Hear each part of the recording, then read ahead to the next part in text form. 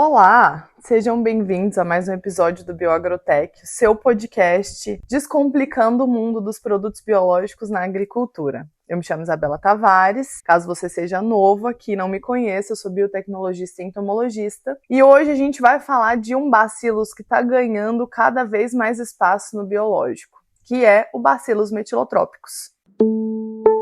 Hoje eu mudei de cenário, tá um pouco escuro, mas dá pra vocês verem aqui, né? Quis mudar um pouco pra vocês verem o verde. Bom, pessoal, eu fiz uma lista de dúvidas de vocês e uma das mais comentadas, assim, disparado, foi pedindo pra falar mais sobre essa bactéria, né, específica. Então, o pedido de vocês, na verdade, pra mim é uma ordem, né?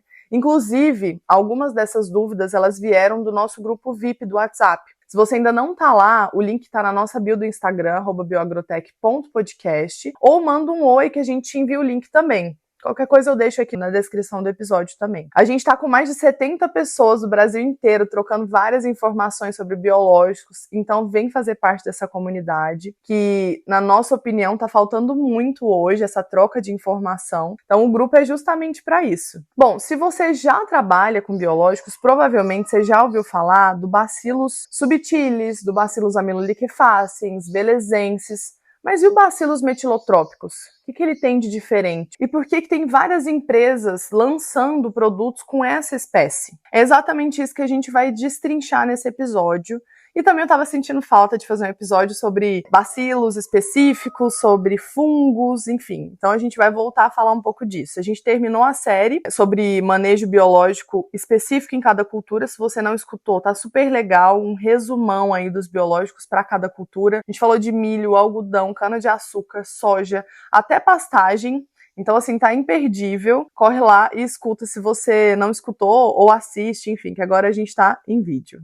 Bom, então a gente vai falar hoje sobre taxonomia, que um spoiler para vocês, esse bacillus já teve outro nome, as principais cepas comerciais, a gente vai citar uma ou outra, o modo de ação, como é que ele funciona contra pragas e doenças, os papers mais recentes, as publicações, né, sobre esse bacillus, e uma dica da semana que tá, assim, imperdível. Então escuta até o final para você entender tudo, sair daqui um expert sobre bacilos metilotrópicos. Então, se você tá assistindo, pega seu cafezinho e vamos embora entender sobre essa bactéria incrível. Primeiro, a gente vai entender de onde vem esse bacillus. O nome científico dele é Bacillus metilotrópicos. O gênero Bacillus e a espécie Metilotrópicos. Então, assim, beleza. Aqui já tem uma pegadinha muito importante. O Bacillus metilotrópicos, ele já foi considerado uma subespécie ou até sinônimo do Bacillus amyloliquefaciens.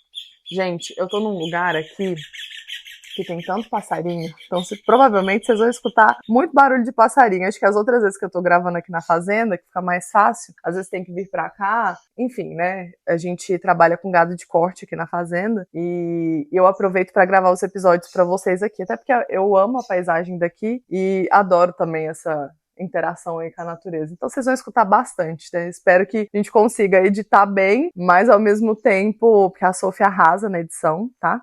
Beijo, Sophie. Mas, enfim, vocês são do agro, vocês estão acostumados, né? Vamos voltar. Então, de onde esse bacillus vem? O Bacillus metilotrópicos é uma bactéria que vem direto do solo, então ela vive naturalmente na rizosfera, né? A região entre a raiz e o solo ali. Vive também em matéria orgânica, em ambientes aquáticos, a gente encontra ela também. É uma bactéria gram-positiva, formadora de esporos ou endósporos, o que dá para ela uma resistência, assim, gigante. Ela sobrevive a altas temperaturas, resiste à dessecação, seca extrema, aguenta melhor a radiação UV, mais que os fungos. Nesse formato de endósporo, ela fica viável por muitos anos. E isso, obviamente, cresceu o olho das empresas, porque torna ela excelente para a formulação comercial. Produtos com bacilos metilotrópicos têm shelf life, ou seja, prazo de validade, mais longo se armazenado de uma forma correta. Agora vamos falar das cepas.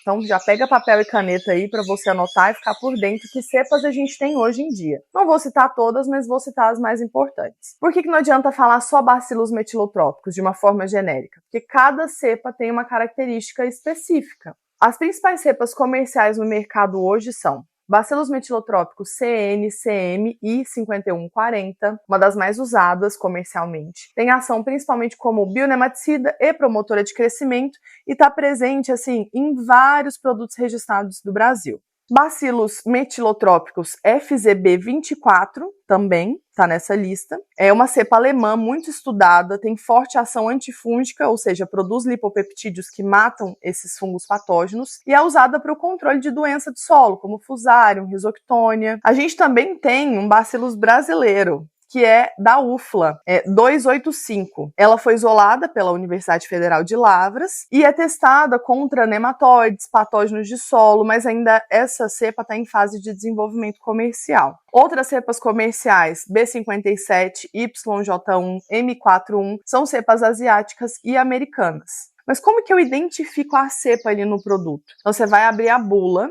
ou o rótulo do produto, tem que estar especificado a espécie, por exemplo, Bacillus metilotrópicos, cepa, o número ou código dela, a concentração, o FC por ml ou FC por grama, que é a unidade formadora de colônia. Se não tem a cepa especificada, sempre desconfio, porque o produto tem que ter essa cepa lá registrada, bem escrita.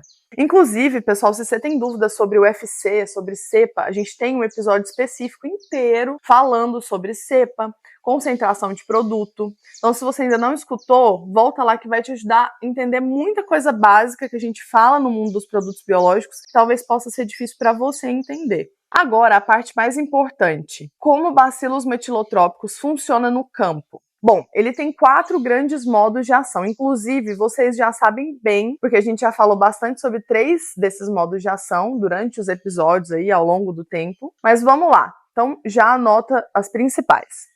Primeiro modo de ação, antibiose, a produção de compostos antimicrobianos. Então, os bacilos metilotrópicos, eles produzem uma bateria de compostos aí que inibem ou matam os patógenos. Primeiro, a ação por lipopeptídeos, que são as armas mais poderosas deles, que são 3 famílias principais, que é a surfactina, que rompe a membrana celular dos fungos patógenos, inibe a germinação dos esporos e tem uma ação principal aí contra Fusarium, Rhizoctonia, Pythium. A iturina, que tem uma atividade antifúngica também bem potente, forma os poros na membrana do fungo, né, e é muito eficaz porque ela vai abrir essa parede celular do fungo. A fengicina, que inibe o crescimento micelial e age contra doenças foliares e de solo também. Esses lipopeptídeos, eles são produzidos pela bactéria quando ela coloniza a rizosfera, ou até mesmo se for aplicado via parte aérea, coloniza a filosfera, que é aquela parte que a gente sempre comenta da folha, né, que vai formar aquele filme de proteção na folha. Eles criam essa barreira química e até física mesmo ao redor, tanto das raízes quanto das folhas, para que os patógenos não consigam entrar e colonizar. Bom,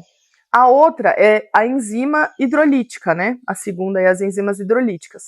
Os bacilos metilotrópicos também produzem enzimas que degradam estruturas dos patógenos, quitinase, que degrada essa parede celular, o exoesqueleto de nematóides também, as glucanases, que degradam os beta-glucanos que ficam na parede desses fungos, as proteases, que degradam as proteínas estruturais também das paredes celulares. E essas enzimas literalmente comem o patógeno. E por fim, os compostos voláteis, né? Eles produzem compostos orgânicos voláteis, que são chamados, né, pela sigla VOX, que inibem o crescimento de fungos à distância. Ou seja, nem precisa estar tanto em contato direto com o patógeno, ele já vai inibir. Aquele halo de inibição que forma numa placa de Petri, não sei se vocês já viram, do mesmo jeito. Ele forma esse halo de inibição para o patógeno nem conseguir crescer ali. O Bacillus metilotrópicos, pessoal, ele cresce muito rápido na rizosfera, né, na filosfera, enfim. Por quê? É uma bactéria que cresce em 24, 48 horas, assim como outras bactérias que a gente conhece. Quando você aplica ali, por exemplo, no tratamento de semente ou no suco de plantio, a bactéria vai germinar.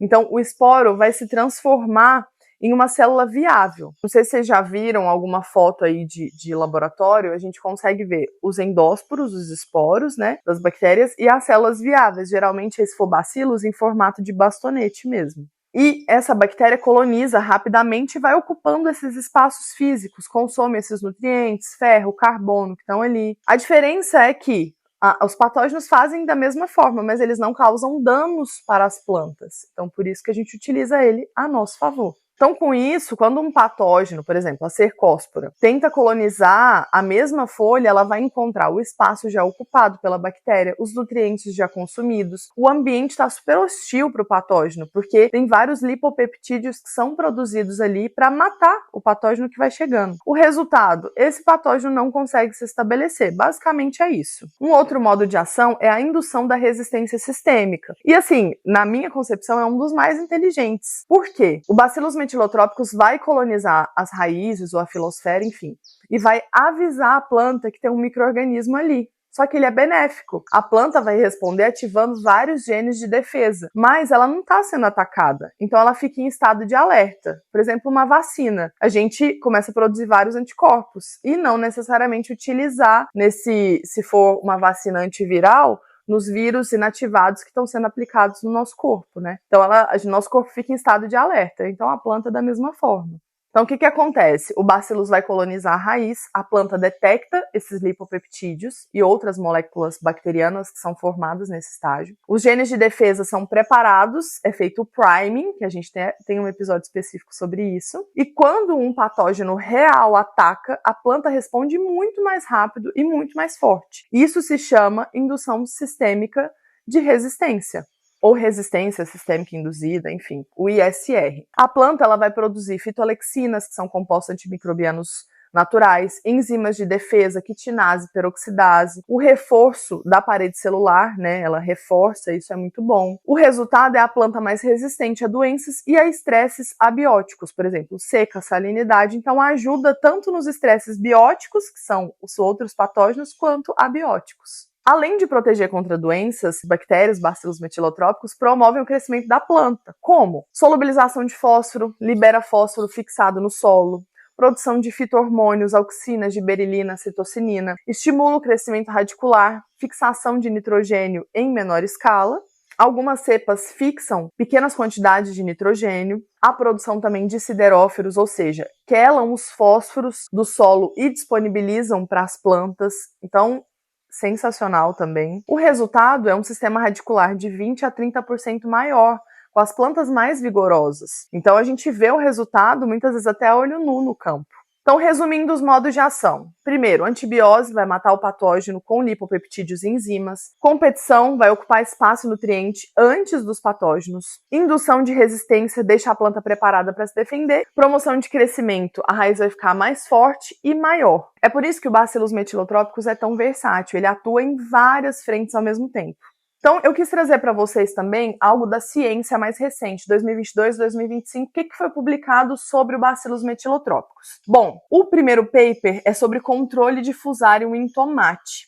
O título é Biocontrole de Fusarium em tomate por Bacillus metilotrópicos e os seus mecanismos, o ano de 2023, e foi publicado no Journal of Applied Microbiology. Sensacional. Eu vou deixar todos esses artigos que eu falar para vocês aqui na descrição do episódio, tá? O que eles fizeram? Eles testaram o Bacillus metilotrópicos contra o Fusarium oxosporum, que causa a murcha de Fusarium no tomate, e fizeram aplicação no transplante de mudas com a dosagem de 10/8 UFC por ml. Os resultados foram a redução de 65% na incidência da murcha, aumento de 28% na biomassa das plantas. Eles identificaram que a cepa produzia fengicina em alta concentração. Isso explica a eficácia. Então, na prática, ele funciona muito bem em hortaliças contra Fusarium, e a aplicação no transplante é a forma-chave de realizar essa introdução da bactéria. O segundo paper é sobre a ação nematicida na soja. E o título, Atividade bionematicida de Bacillus metilotrópicos contra a meloidógena incógnita na soja. Foi publicado em 2024 na revista Biological Control. O que eles fizeram? Testaram Bacillus metilotrópicos, a cepa CN, CM e 5140 contra o nematóide das galhas, meloidógena incógnita, e aplicação via suco de plantio. A avaliação da população de nematóide foi de 30 dias, 60 dias e 90 dias. A redução foi de 52% na população de meloidógena aos 60 dias. Produção de quitinase, protease, eles avaliaram degradação dos ovos e o efeito preventivo e não curativo. Só um parêntese, vocês sabem por que o ideal é avaliar 30, 60 e 90 dias, porque o ciclo do nematóide é sempre 30 dias. Aos 30, explode a população. Aos 60 dias, o biológico já fez efeito na segunda geração. E aos 90 dias, a gente sabe que o ideal é que também vá caindo essa população. Legal, né? E na prática, ele funciona melhor contra nematóides, mas precisa ser aplicado antes da autoinfestação. Então, sempre TS suco é a melhor opção, como a gente já vem falando em vários episódios. O terceiro paper fala sobre indução de resistência em milho contra cercóspora. Isso é muito bom porque a gente está chegando perto da safra de milho, né? Vai poder ajudar vocês aí que estão na dúvida se aplica ou não aplica bacilos metilotrópicos. Então, o título é Resistência Sistêmica Induzida por Bacilos Metilotrópicos no milho contra Cercospora maides. Bom, o ano é de 2023, onde foi publicado na revista Plant Disease. O que eles fizeram? Aplicaram bacilos metilotrópicos via tratamento de semente e inocularam plantas com cercóspora, a mancha de cercóspora, que é um super problema no milho. Eles mediaram a atividade enzimática de peroxidase, quitinase, fenilalanina e amônia liase, para ver se tinha alguma diferença. Perceberam a redução de 43% na severidade da doença e aumento de 2 a 3 vezes mais na atividade de enzimas de defesa, e confirmaram que a planta fica mais preparada para se defender. Então, na prática, o bacilos metilotrópicos no TS não só protege a raiz, mas prepara a planta inteira para resistir às doenças foliares. Então, esse é o efeito sistêmico que a gente tanto fala. E por fim, o quarto paper fala sobre a compatibilidade com fungicidas químicos. O título é Compatibilidade de bacilos metilotrópicos com químicos, fungicidas químicos, integrados no manejo de pragas, né, no MIP, no manejo integrado de pragas. E foi publicado na Crop Protection, no ano de 2024, ou seja, vocês estão vendo que está tudo muito recente. Eles testaram a compatibilidade de bacilos metilotrópicos com fungicidas comuns, como os triazóis, estrubirulinas, os cúpricos, e misturaram in vitro e em vivo. Isso, pessoal, são todos resultados de laboratório. Obviamente, em campo, a gente também precisa fazer essa avaliação. Mas sim, o laboratório está dando tão certo, obviamente, vale muito a pena, né, utilizar no campo, fazer um teste na sua área ou com o produtor que você atende. O que eles observaram nos resultados? Tem compatibilidade com estrubirulinas, né, as oxistrobinas, as piraclostrobinas, os triazóis, tebuconazol, por exemplo. Parcialmente compatível com cúpricos, reduz a viabilidade aí da bactéria de 30 a 40%, isso não é muito bom. E é incompatível com mancozeb e clorotalonil, que vai matar a bactéria. Isso claramente depende da cepa. Eu vou deixar, como eu falei para vocês, o link aqui do artigo para vocês conferirem todo o artigo. Mas assim, isso depende muito da cepa. É bom você constar a tabela de compatibilidade do seu parceiro de biológicos, tá bom? Esse aqui é para vocês entenderem geralmente o que pode e o que não pode, tá? No nosso curso sobre manejo biológico na cultura da soja, eu deixei um material bônus para vocês de apoio. Tem bacilos, tem tricoderma, para vocês consultarem o que é compatível, incompatível, moderadamente compatível. Então, confere lá que o curso está sensacional. Eu ando recebendo muitos elogios, muitas mensagens de que o curso está realmente ajudando vocês. E, gente, eu fico muito feliz, porque a Isabela de 10 anos atrás gostaria muito que esse curso tivesse sido passado para ela. Aprendi na prática e mastiguei para vocês e coloquei lá. Tá no Hotmart esse curso, o link tá na nossa bio do Instagram também. Então, um resumo dos papers para vocês. Funciona contra Fusarium em hortaliças, 65% de redução. Funciona contra nematóides na soja, 52% de redução. Induz a resistência sistêmica em milho, 43% menos cercóspora.